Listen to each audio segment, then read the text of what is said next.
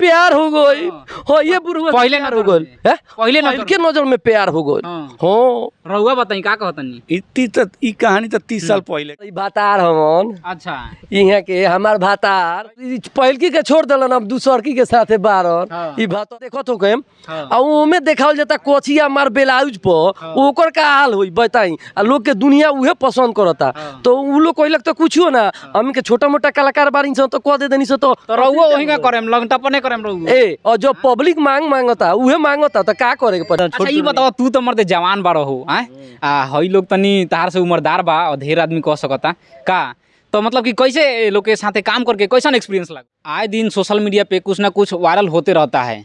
अभी हमारे साथ में देख रहे हैं ये एक कॉमेडी टीम है, इनकी वीडियो काफ़ी इंस्टाग्राम पे वायरल हो रही है इस टाइम पे और बहुत ही मज़ेदार इनका वीडियो होता है। तो हम लोग इनसे सोचे कि आइए इनसे बातें करें और इनके बारे में जनता को थोड़ा सा और इनके बारे में बताएं।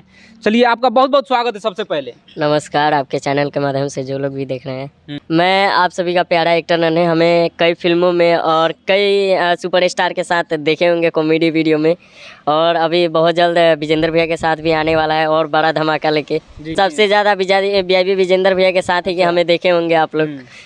ये ढीला बाबा के बियाह, ढीला बाबा के तलाक, लंदन बारात जाई, इस सब में हमको देखे होंगे आप लोग। आपका बहुत बहुत स्वागत है। नमस्कार प्रणाम। हम तो एगो लाइफ का कहीं रुआ से कॉमेडियम के लाइफ जियो तनी आई हमारी भातार हमन। अच्छा यहाँ के हमार भातार कैसे ई हमेशा हमरा संगे भातारे नु रहेला महाराज वीडियो में। हाँ भातार होई तो वीडियो में है तो रियल लाइफ में रियल लाइफ में चाहिए का चाहिए कहीं ई पहलकी के छोड़ दलन अब दूसरकी के साथे बारन ई भातारू। अच्छा बुझनी राउर मेहरारू जन बानी उ का कहनी उ मेहरारू का कहियन उनका जरूरत बात और हम आपन काम से काम मतलब वहाँ के खिसियानी ना कि काहे से करता नहीं काहे खिसिया है लड़का काहे खिसियन सो ओकर इनके सब कुछ खाना पीना दाना पानी मिली तो काहे खिसियन सो रुबे बताई खिसियन सो ना खिसियन सो रउआ बताई कि इनका साथे का तन फिर से बताई तन का कहनी हो। अरे ई हमर भातार हम दूसर की अब देखी का कहता नहीं तो राउर घर वाली का कहेम ई तो वीडियो वाला बात ही कैल हन जौन वीडियो में काम करेले सर ऐसे कि हर एक वीडियो में ही हमरा संगे औरत के रोल निभावेलन हमरा यही से ही कहल हन और कोनो दोसर तो बात बा ना। हाँ ये हमने का हंसी दुलार खातिर सब पब्लिक के दिखावे खातिर करेले सर। अच्छा रियल लाइफ के बारे में बात करता नहीं का रियल लाइफ और रियल लाइफ में बहुत फर्क बा। तो ये रियल लाइफ के बात कहल रियल लाइफ अलग बा। अच्छा ये बताई कि हेतना उम्र कितना हो गई पहले बता दी हमारे करीब 60 साल 60 साल उम्र हो गई। अच्छा 60 साल उम्र हो गई इतना दुनिया देखला के बाद में कैसे दिमाग में आ गल कि कॉमेडी वीडियो बनावे के बाद वो ऐसे हमनी का देखते देखते कि सारा लोग तो बनाते बा हमरा से भी बुजुर्ग लोग वीडियो में काम करता। अच्छा। तो हमनियों के दिमाग में आयल कि चलो हमनियों को थोड़ा मनोरंजन कर लिया। खुरपाती करे के दिमाग में आ गई खुरपाती कहीं चाहे जे कहीं मनोरंजन के हिसाब से हमनी का गनी सा आ देखते देखते हमनी के थोड़ा आगे चल गई सा। रहुआ बताएं कि कैसे दिमाग में आ गई काम करे दिमाग में पहले से तो हम के काम करते रहनी हो सन पहले से करत हाँ पहले से नाटक उटक करते रहनी हो उनमें लेडीज के रोल लेते रहनी हो रावण वध के दिन रावणों के रोल लेते रहनी हो। हर एक साल आदमी कहीं रही नु तो ये जगह याद लगी कीड़ा काटे तो याद पड़े लगी चलो एक्टिंग वाला कीड़ा काटे लगी। हाँ लगी काटे एक्टिंग वाला कीड़ा की चलो मानो पाली बोलावता तो चल। अच्छा चल तो यहाँ धंधा शुरू हो जाई। कौन धंधा अब धंधा के फेर में मत पड़े कौन धंधा रोगे बता डांस वगैरह यही सब धंधा अब धंधा के दोसरो होला का कोनो धंधा दोसरो कोनो होला जैसे एगो बाना पानवा के दुकानवा। अच्छा ओहू पर एगो ड्रामा होला ओही रात दिन एगो तो रहबे। रउआ लोग दोनों आदमी के कांटेक्ट कैसे हो गइल कॉमेडी वीडियो बना अब कांटेक्ट हो गइल प्यार हो गइल। अच्छा कांटेक्ट का प्यार हो गइल हो ये बुढ़वा पहले ना हो गइल पहले के नजर में प्यार हो गइल। हां रउआ बताई का कहतनी इतनी तो ई कहानी तो 30 साल पहले के हो। अच्छा हां 30 साल आज से कोनो भाई 30 बरिस से बा। हां तो 30 साल हो गइल बियाह मतलब इन्हीं से कइले बानी कि कोई और से कइले बानी ना बियाह तो मेहरारू से कइले बानी। अच्छा। अब प्यार इनका से बा। हाँ तो काला वाला प्यार बा रील वाला प्यार इनका से बा। हाँ तो राउर जर मेहरारू बानी वहाँ के ना कहनी कि बताई प्यार कोई और से करता नहीं शादी कोई और से का कहें ना उनका का दिक्कत हुई बियाह उनका से भइल बा, शादी इनका से भइल बा। हाँ। हाँ। अच्छा लड़का फैका बानी कि ना? लड़का फैका तो बोले बोलो। हाँ, तो पतो भी बानी लो। हाँ पतो भी बा, लड़का भी बा। हाँ। लेकिन एमे कोनो केहू के दिक्कत नहीं खे। हाँ। जब समय आवेला दशहरा में हाँ। तो ऐसा होला कि उनके बाप बेटा सब एक साथ, सब आदमी मिल के सब एक साथ में गांव में उनका प्रोग्राम जौन होला अच्छा। एक साथ में हाँ। सब आदमी लग जाए सब। हाँ उतने देर खातिर जितना देर हमनी के स्टेज पर बानी सब। हाँ। ना बेटा का तकलीफ बा बाप से, ना बाप का तकलीफ बा बेटा से। फिर अपन अपन जिंदगी आराम से जियता। अच्छा गांव वाला लोग का कहला लोग कि सारा घर के परिवार के जौन बा आदमी नाटक करला, एथी करला, कॉमेडी करला, का सारा गांव के लोग सपोर्ट करेला। अच्छा। हाँ सारा सब गांव आदमी मजा लेवेला लोग देख के? पूरा मजा लेवेला लोग। तो मजा देखे वाला लोग मजा चाहिए तो मजा मिलता तो ली लोग ना। अच्छा। हाँ कौन मजा? पूरा भीड़ हो जाए। कौन मजा? ऊ है स्टेजवा पर के कलाकारी वाला मजा। अच्छा। कलाकारी वाला मजा, हाँ। कोनो दोसर मजा थोड़े। हाँ। हाँ। अच्छा इंस्टाग्राम पे वीडियो बनावनी लोग, तनी हम चाहेम नु कि जनता के अपन जौन बा तनी एक्टिंग के थोड़ा सा झलक दिखा दी। अच्छा जैसे हमने के एगो बनर रहे कि मजा चाहिए। अच्छा। हाँ। हाँ, तो में कई आदमी रहे?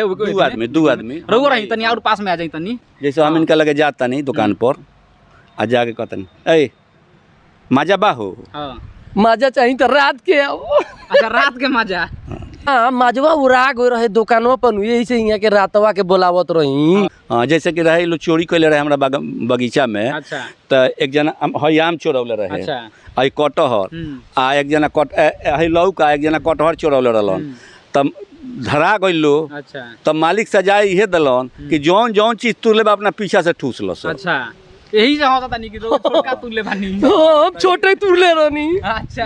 लौकावा हाँ। छोटे रहे आज इनका टारवा ले लेलन, उनकर का दशा होई? हमार तो कोले बोले चल जाई। आज जिनका टारवा ले लेलन उनकर का दशा होई? रहुआ तुले रही का कटहरवा? ना हम तुले रहनी। अच्छा हम तुले रही। छोट में अच्छा ये बताओ तू तो मर्दे जवान बारो हो आ हई लोग तनी तार से उम्रदार बा और ढेर आदमी कह सकता का, तो मतलब कि कैसे लोग के साथे काम करके कैसा एक्सपीरियंस लागल? एक्सपीरियंस अच्छा लागल। मतलब पहली बार थोड़ा थोड़ा डर सा फील होता रहे। अच्छा। फिर आगे बढ़ते बढ़ते थोड़ा मतलब थोड़ा दिल के मतलब थोड़ा लागल के डर खत्म भइल। तो ऐसे ही रह काम हम चालू कर पूरा देना खुल के अब काम होला? पूरा खुल के हाँ। जैसे मन तैसे एकदम जैसे काम करना है वैसे करना है तो करना है। जी। अच्छा अभी जौन वीडियो के अथी में बताइनी अभी डालोगे रहुआ कहनियो कि पीछे से डाले के। हाँ तो ये नहीं लागत कि उमें तनी सा अश्लीलता झलकता उमें, का कहे? माने देखिए अश्लीलता कहाँ झलकता है पहले ही बताई। जौन माजा कहनी रात के वही हो तो माजा उड़ा गई रहे। तो आइए अपन अपन दिमाग के बा कि हम कहाँ से डालेम कहाँ से निकली। तो ये छोटा मोटा कोनो बड़का बात नहीं के जी। हाँ। हमरा बुझाता कि ये अपना मन में बा। लोग कहेला ना कि मनोरंजन, लेकिन आदमी के अगर दिमाग जौन बा गलत चीज के जल्दी कैच जल्दी करेला। कैच करता। हाँ ये तो बात बावे कि जल्दी कैच करेला, लेकिन हमनी के वैसा बात नहीं के। हम फिल्म तो देखत हो के आ ओमे देखावल जाता कोचिया मार ब्लाउज पर ओकर का हाल होई बताई। आ लोग के दुनिया उहे पसंद करता। तो उ लोग कहलक तो कुछो ना, हमनी के छोटा मोटा कलाकार बारी तो कह दे देनी तो रहुआ वही का करेम लगता पने करेम रहुआ। ए और जो पब्लिक मांगता उहे मांगता तो का करे के पड़ी। आ इतना बड़का बड़का स्टार हो के आ वैसन ऐसन फिल्म में सीन देवेला लो तो बुझाला कि मिजाजे गड़बड़ा गइल। अच्छा। है तो उ लोग के मिजाज केंगो होत होई? अभी रहुआ दिखा दिया कोनो लड़की के लिए के आ ब्लाउज पर कचिया पर और कैसन मिजाज कहाई? हाँ। अच्छा तो एकरा पीछे कारण केकर बाटे ई बताई? केकर कारण बा? बड़का बड़का स्टार लोग के हई देखो तनी दुनिया एको गो हती चुकी कोनो मोबाइल बा लइका बा चाहे सियान बा कहता हमरा एगो हौ स्लेटवा नियर बड़का मोबाइल चाहिए। उ काहे के हो? आ तो जेने तेने हो फिल्मवा आवता उहे देखे खातिर। कौन फिल्म हो? उहे गुपचुप लॉलीपॉप। तो ई नहीं के बुझात आ पूछता नहीं। अच्छा। तो उ लोग नहीं के देखत हैं? बताई कि उ लोग करी लो तो वो लोग करेम। तो हमनी के तो एगो गांव के कलाकार बनी सो हम के झूठों सच करम से तो तनिसन चलिए जाई। आ लोग तनिसन हंसिए दी तो हंसी मजाक खाती हमनी के तनिसन को देवे नहीं सोना। हंसी मजाक खातिर करनी। अच्छा ये बताई रहुआ तो तनी ढेर दुनिया देख ले मानी, रहुआ बताई कि अश्लीलता के बारे में राउर का ख्याल बा? अश्लीलता के बारे में यही ख्याल बा कि हमनी के तो कोई गाड़ी कॉलेज तो करत नहीं किसी कोई से। अच्छा। लेकिन देखे के मिनल हुई कि ये फेसबुक पर इंस्टाग्राम पर बहुत ऐसा बा लोग कलाकार लोग जे मतारी बहन सब लोग के खुलेआम गाड़ी देवेला। के बाटे वैसन तनी बताई तो? अब नाम तो ना धरे वैसे। अच्छा। तो देखते बनी तो पूरा दुनिया घूमता नहीं, पूरा बिहार घूमता नहीं, बहुत सारा कलाकार के इंटरव्यू लेता नहीं। लेकिन देखे के मिलत हुई, सुने के मिलत हुई।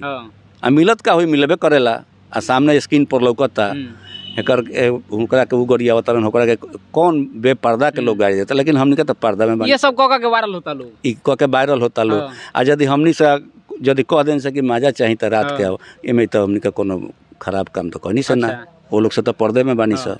अच्छा तो वो लोग के का कहे के चाहे कि जौन अश्लील कंटेंट बनावे लोग, गंदा गंदा वीडियो बनावे लोग, का कहे के चाहे? अब वो लोग कि हम का कह सकिले ना, रउआ तनी उम्र देख ज्यादा बार रउआ दुनिया देखले बानी, राजा रउआ के ज्यादा एक्सपीरियंस बा ई सब चीज के, पता नहीं हमरा से भी ज्यादा उम्र के लोग ई काम कर रहल बा। अच्छा, आ उ गाली दे रहल बा खुलेआम चैनल पर। हां तो का कहे वो लोग के?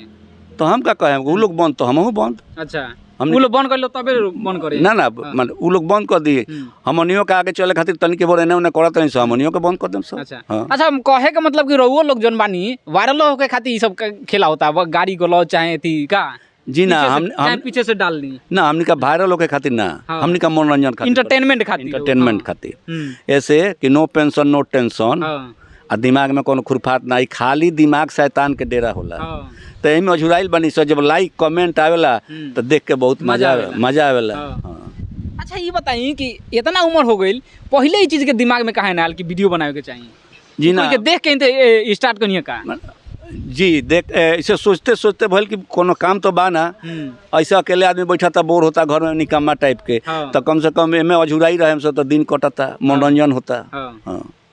अच्छा अच्छा, अभी हमारा साथ में नन्हे नादान भी बानी, इनके बारे में तो पिछला वीडियो में देखल ही होखे, तो इनसे आप थोड़ा सा और बात कर ली कि हाँ जी, और नया प्रोजेक्ट कौन सी आवेला बा? बहुत जल्द चाचा जी के साथ 3-4 गो प्रोजेक्ट करे वाला बनी, अच्छा। जौन की बहुत फाड़ू वीडियो हुई। हाँ। और बतासा भैया के साथ भी एगो वीडियो आवे वाला बा, विजेंद्र भैया, बतासा चाचा, आनंद मामा, 3 आदमी काम कइले बनी, सब बहुत डेंजर वीडियो बाटे। गाँव में कोनो ऐसन डायलॉग हो के जौन की मजा आवे के तनी सुन के तनी? हाँ, ओमे के ई बात है कि तलाक भई रही हन बाबा के, अच्छा, तो बाबा के तलाक भई रही, तो हमने के बेटवा सन के लेके जाइए हन, आ कहन के रे देखो सर चल तारा सा, तो चुपचाप चलिए सर, माई से कुछ वो करिए सर मत, माई दी पैसा वैसे तो चुपचाप ले लियो सर, ठीक बा? तो हमने जाता नहीं सर, तले के विजेंद्र भैया रोके में रास्ता में, ए मर्द कहाँ जाता रहो, आपनी के फरारी रहे कमन, और जो है सीमेंटो लदा लाइटवा उटवा डुगरा के उ रहे, तो जाते जाते रुके हैं, तो कहें देखो तीनों लड़कों 3 दिशा में भल बड़न सो, का भल कि देखो पहिल का तलाक भरे तो हई आई रहे, आ दूसर का तलाक भरे तो हई आई रहे, आ तीसर का तलाक भल बा तो हई आइल बा, तो एकरे के जाता नहीं लौटावे खातिर ओकरा माई के लगे। अच्छा, तलाके के बेरी काहे बोल बाटे? ई तो हमरो बात में नहीं के हमरे बेरी तलाक काहे बोल रहे। चली, इन लोगों से मिलके हमारा बहुत अच्छा लगल, बाकी रउआ लोग के कैसन लगल कमेंट कर जरूर बताएं। रउआ का संदेश दें? संदेश का देम भैया, हम तो एगो छोटा मोटा कलाकार बानी, आ हमू चाहेम नु कि भैया संगे हम अपना भतरे संगे रहेम, अब हम कहीं छोड़ के ना जाए। देवर पे भसुर पे पसंद नहीं की ना, अभी ये नायका भातारा बा हमरा संगे, बस ये कहे के चाहता नहीं, हमनी के चैनल बा छपरहिया तड़का, उ रउआ लोग देखी आ देख के लाइक सब्सक्राइब करी लोगी, बस ये कहे के चाहता नहीं। बहुत बहुत धन्यवाद।